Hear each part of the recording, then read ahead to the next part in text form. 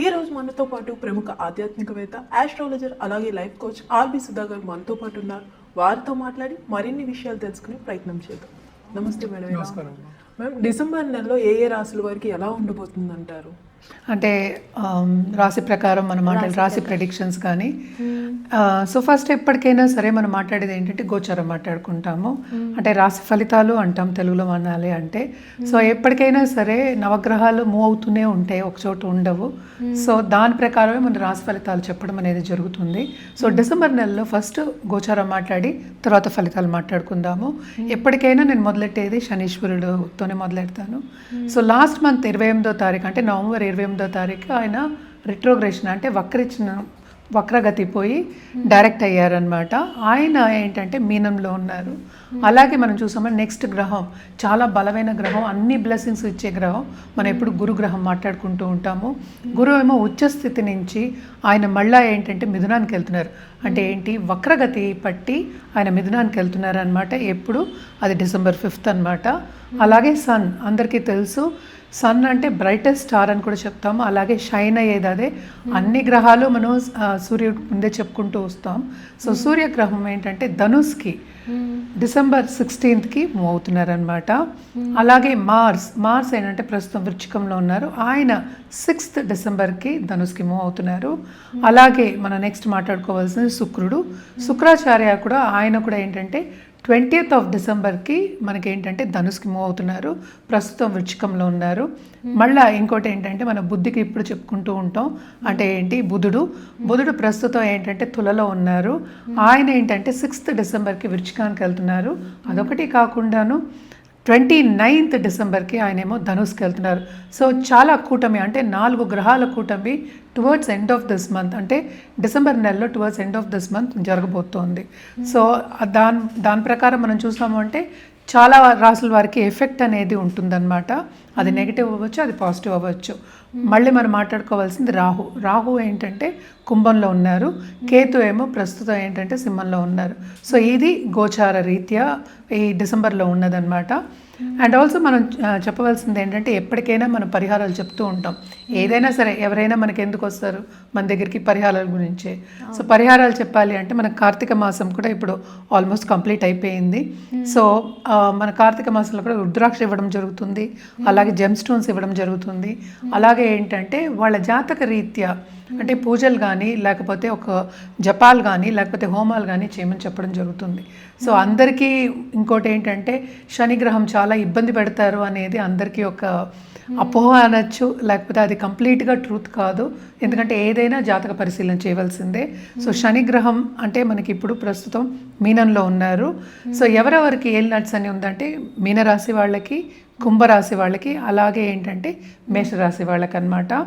అలాగే మనం చూసాము అంటే అష్టమ శని అంటే సింహరాశి వాళ్ళకి అష్టమ శని జరుగుతోంది, ధనుర్రాశి వాళ్ళకి అర్ధాష్టమ శని జరుగుతోంది. సో ఎందుకని ఇది మాట్లాడుకుంటామంటే బికాజ్ శనిగ్రహం ఒక రాశిలోనే 2.5 ఏళ్ళు ఉంటుంది. అండ్ ఆల్సో కొంతవరకు ఇబ్బంది పెట్టడం అనేది జరుగుతుంది. దేంట్లో ఇబ్బంది పెట్టడం అంటే ఎక్కువ ఫైనాన్షియల్ మ్యాటర్స్, అలాగే ఏంటి కుటుంబ పరంగా అంటే రిలేషన్షిప్స్, ఇవన్నీ కొంతవరకు ప్రాబ్లమ్స్ వచ్చే ఛాన్సెస్ ఉంటాయి. సో అందుకనే శనిగ్రహం మీద ఎక్కువ కాన్సన్ట్రేట్ చేస్తూ ఉంటారు. కానీ ఏదైనప్పటికీను మనం పరిహారాలు ఫస్ట్ చేయాలి. అదొకటి కాకుండా జాతక రీత్యా పరిహారాలు చేయడం అనేది వెరీ వెరీ ఇంపార్టెంట్. అందుకనే నేను చెప్పింది, రుద్రాక్షలో కూడా నేను చాలా రీసెర్చ్ చేసి పెట్టున్నా. సో ఏ రాశి వాళ్ళకి ఏది వేసుకోవాలి, ఏ ముక్కి వేసుకోవాలి అనేది కూడా చెప్పడం జరుగుతుంది. ఏదైనా సరే మనం మాట్లాడేది ఏంటంటే మనకు రాశి వారిగా మాట్లాడుతున్నాము అంటే ఒక ఆస్పెక్టే తీసుకుంటున్నాం. ఇంకా నవగ్రహాలు ఉన్నాయి అంటే రాశి అంటే చంద్రుడు ఎక్కడ ఉంటే అది రాశి.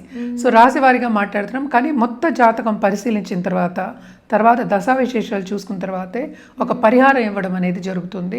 సో జనరల్ పరిహారాలు అంటే ఎప్పటికైనా సరే దేవి పూజలు చేయమని చెప్తాం, శక్తి పూజలు. సో శక్తి లేకుండా ఏమీ లేదు. సో అన్నిటికీ మనకి శక్తి కావాలి కనుక తప్పక శక్తి పూజలు చేసేవాళ్ళు, అమ్మవారి పూజలు చేసేవాళ్ళు కంటిన్యూ చేయండి. అండ్ ఆల్సో ఎవరైనా స్టార్ట్ చేయాలనుకుంటే కూడా ఫస్ట్ లలితా సహస్రనామం రోజు పఠించడం, అట్లీస్ట్ ఒకసారి పఠించడం మొదలెడితే కనుక నెమ్మదిగా అదేంటంటే పాజిటివ్ దారిలో తీసుకెళ్తుంది అనమాట. మేడం డిసెంబర్ నెలలో మీనరాశి వారికి ఎలా ఉండబోతుంది అంటారు? మీనరాశి వాళ్ళకి కూడా కొంచెం మిశ్రమ ఫలితాలే మనం చెప్పుకోవాలి. ఎందుకంటే ఏలాట్స్ అనే ప్రభావం అనేది చాలా ఉందన్నమాట. అదొకటి కాకుండా ఈ రాశికి అధిపతి రిట్రోగ్రేషన్లో అంటే ఏంటంటే వక్రించి ఉన్నారనమాట, 4th హౌస్లో ఉన్నారు.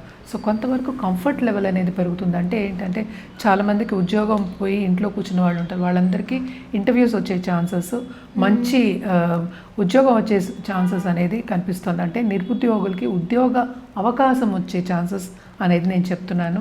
అదొకటి కాకుండాను ఫైనాన్షియల్గా కూడా కొంచెం ఎదుగుదల అనేది కనిపిస్తుంది అనమాట. తప్పక ఈ రెండు దీంట్లోనూ చాలా బాగుంటుంది. అలాగే బిజినెస్ రంగంలోకి వస్తే కనుక తప్పక వీళ్ళు పార్ట్నర్షిప్ బిజినెస్లో ఉన్న వాళ్ళకి after second half of this month బాగుంటుంది. అంటే ఏంటి, పార్ట్నర్తో ఏ గొడవ లేకుండా కొంతవరకు అగ్రిమెంట్స్ అనేవి వస్తూ ఉంటాయి. అంటే ఏంటంటే ఒకే రకంగా ఆలోచించడం కానీ, అలాగే ముందుకు సాగడం కానీ, అలాగే ఫైనాన్షియల్ ఇవి తీసుకురావడం కానీ, అంటే ఎక్కువ తీసుకురావాలి కదా, బిజినెస్ అంటేనే ఫైనాన్షియల్స్. సో ఫైనాన్షియల్స్ కూడా స్టేబుల్ అయ్యే ఛాన్సెస్ మనం ఎక్కువ చూస్తున్నాం అనమాట. వీళ్ళకి మైనస్ పాయింట్ ఏంటంటే దాంపత్య జీవితంలో అంత అనుకూల పరిస్థితి అనేది లేదు. అలాగే కుటుంబ పరంగా పిల్లలతో కానీ, లేకపోతే అటు పెద్దవాళ్ళతో కానీ, అండ్ ఆల్సో అలాగే ఏంటంటే ఎక్స్టెండెడ్ ఫ్యామిలీతో కానీ కొన్ని ప్రాబ్లమ్స్ వచ్చే ఛాన్సెస్ ఉన్నాయి. అంటే విభేదాలు వచ్చే ఛాన్సెస్ ఉన్నాయి, దూరంగా ఉండే ఛాన్సెస్ ఉన్నాయి. ఎవరైనా లాంగ్ టర్మ్గా కోర్ట్ ఇష్యూస్ మూలాన్ని బాధపడుతూ ఉంటే కనుక అంత ఈజీగా ఏంటంటే వాళ్ళకి రిజల్ట్ కూడా రాదు. అంటే ఏంటి, వాళ్ళ తరఫున అనుకూలంగా ఉండే రిజల్ట్స్ అనేవి కొంచెం తక్కువ అన్నమాట. ఏదైనా సరే చాలా శ్రమ పడాలి, అంటే శ్రమకి తగిన ఫలితం అనేది వదిలేయాలన్నమాట. ఏల్నాట్స్ అనే ప్రభావమే అంతే. సో తప్పక ఏంటంటే ఈ నెల అంతా కొంతవరకు వీళ్ళకి ఇబ్బందులు అనేవి మనకి కనిపిస్తున్నాయి. ఎస్పెషలీ మీనరాశి వాళ్ళకి, టూరిజం ఇండస్ట్రీలో ఉన్న వాళ్ళకి, ట్రావెలింగ్ ఇండస్ట్రీ అంటే ఎయిర్లైన్ ఇండస్ట్రీలో ఉన్న వాళ్ళకి కూడా కొంతవరకు ప్రాబ్లమ్స్ వచ్చే ఛాన్సెస్ ఉన్నాయి. అలాగే రాబడి వస్తుంది కానీ తప్పక చాలా ఖర్చులు అయ్యే ఛాన్సెస్ మనకి కనిపిస్తున్నాయి. వీళ్ళు మాత్రం సూచన చెప్పేది ఏంటంటే హెల్త్ మీద కాన్సన్ట్రేట్ చేయండి, హెల్త్ చూసుకోండి అనేది మనం ముందు నుంచి చెప్తూ ఉన్నాం అనమాట. అలాగే ఏంటంటే హెల్త్ రీత్యా ఖర్చు పెట్టడం అనేది కూడా మనకి ఎక్కువ కనిపిస్తోంది. సో ఏదో ఒక రకంగా ఏంటంటే అటు వచ్చిన రాబడి అంతా వెళ్ళిపోయేటట్టు కనిపిస్తోంది అనమాట. అంటే అంత ఈజీ కాదు ఫైనాన్షియల్ ఆస్పెక్ట్లో. సో జాగ్రత్తగా ఉండడం, ఫైనాన్షియల్ ప్లానింగ్ చేసుకోవడం వెరీ వెరీ ఇంపార్టెంట్. అలాగే మనం చూసాము అంటే స్టూడెంట్స్ అంటే ఏంటంటే ఇప్పుడే పాస్ అవుట్ అయిన వాళ్ళకి కానీ, లేకపోతే ఇప్పుడు కాంపిటేటివ్ ఎగ్జామ్స్ రాసే వాళ్ళందరికీ కానీ తప్పక బాగుంటుంది. గవర్నమెంట్లో నాకు ఉద్యోగం కావాలి అనుకున్న వాళ్ళందరికీ కొంతవరకు సక్సెస్ అయ్యే ఛాన్సెస్ మనకి కనిపిస్తున్నాయి అన్నమాట.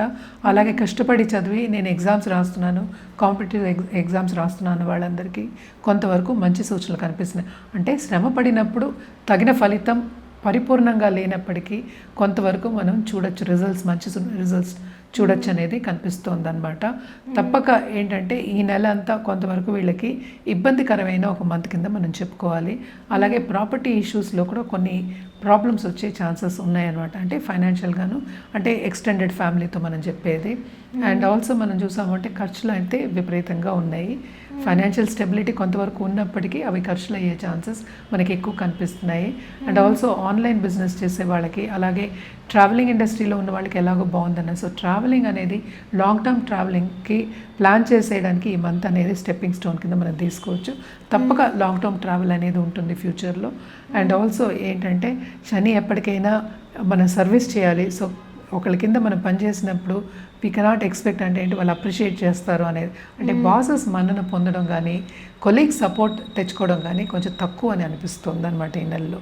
మరి వీళ్ళు ఎలాంటి పరిహారం చేస్తే బాగుంటుందంటారు? తప్పక వీళ్ళు గురు కాళ్ళు పట్టుకోవాలంటే థర్స్డే గురుకి కొలవడం అనేది వెరీ వెరీ ఇంపార్టెంట్. అన్నిటికన్నా ముఖ్యమైనది ఏంటంటే శనికి సర్వీస్, నేను ఇందాక నుంచి చెప్పిన సర్వీస్ ఇష్టం కనుక తప్పక వీళ్ళ చేత్తోనే వండి పెడితే మంచిదే. లేకపోతే అన్నదానం చేయడం అనేది మంచిది. అన్నదానం ఏంటంటే వృద్ధాశ్రమంకి వెళ్ళి, లేకపోతే అనాథాశ్రమంకి వెళ్ళి తప్పక సేవలు చేయడం కానీ, అండ్ ఆల్సో మన చేతితోటి వండి పెట్టడం కానీ చాలా మంచిది. అదొకటి కాకుండా మనకి ఇప్పుడు చలికాలం మనకి తెలుసు, నల్ల రగ్గులు కొని పెడితే కూడా చాలా మంచిది అనమాట. అండ్ ఆల్సో ఎప్పటికీ చెప్తూ ఉంటాం మనం, ఒక 10 మందికైనా చెప్పులు కొని పెట్టమంటాం. సో అదే పెద్దవాళ్ళకైనా సరే చెప్పులు కొనడం కూడా ఒక రెమెడియల్ మెషర్ కింద మనం చెప్తూ ఉంటాం. కానీ మోస్ట్ ఇంపార్టెంట్ ఏంటంటే శనివారం వీళ్ళు నవగ్రహాల చుట్టూ ప్రదక్షిణ చేయడం అనేది వెరీ ఇంపార్టెంట్. ఇంట్లో కూడా తైల దీపం పెట్టుకోవడం, సో నిత్యం పెట్టుకోండి మంచిదే. శనిని మనం శని విగ్రహాన్ని ఇంట్లో పెట్టుకోమని మనం చెప్పాం కదా ఎప్పుడైనా. సో అందుకని గుడికి వెళ్ళి అక్కడ కూడా పెట్టుకోవచ్చు అనమాట. తప్పక తైల దీపం అనేది పెట్టుకోండి, మీకు చాలా చాలా మంచిది. వీళ్ళు ఎటువంటి రుద్రాక్ష ధరిస్తే మంచిది మేడం? వీళ్ళకి కూడా పంచముఖి చెప్పాలి ఫస్ట్. పంచముఖి అయిన తర్వాత అంటే గురుమాల అని చెప్తాం అనమాట. గురుమాల మనం చేసి కూడా ఇస్తాము. సో గురుమాల అండ్ ఆల్సో ఏంటంటే సిద్ధమాల అంటే ఏంటంటే 1 to 14 ముఖీస్ ఉంటాయి అన్నమాట. దాంట్లో ఇంకా ఏంటంటే మనకి గౌరీ శంకర రుద్రాక్ష ఉంటుంది, గణేష్ రుద్రాక్ష కూడా ఉంటుంది. ఇది ధరించడం చాలా చాలా మంచిదన్నమాట. అంటే ఎప్పటికైనా ఏంటంటే ఈ రాశిలో ఉన్న వాళ్ళకి ఇంట్యూషన్ అనేది చాలా ఎక్కువ ఉంటుంది. ఇది కూడా వాటరీ సైన్ అంటే ఏంటి వేవరింగ్ కూడా ఉంటుందన్నమాట. సో ఇవన్నీ స్టెబిలైజ్ చేయడానికి మనం చెప్తూ ఉంటాము. ఇది జనరల్ ప్రెడిక్షన్సే అంటే ఏంటి ఈ రాశి వారిగా చెప్తున్నాము.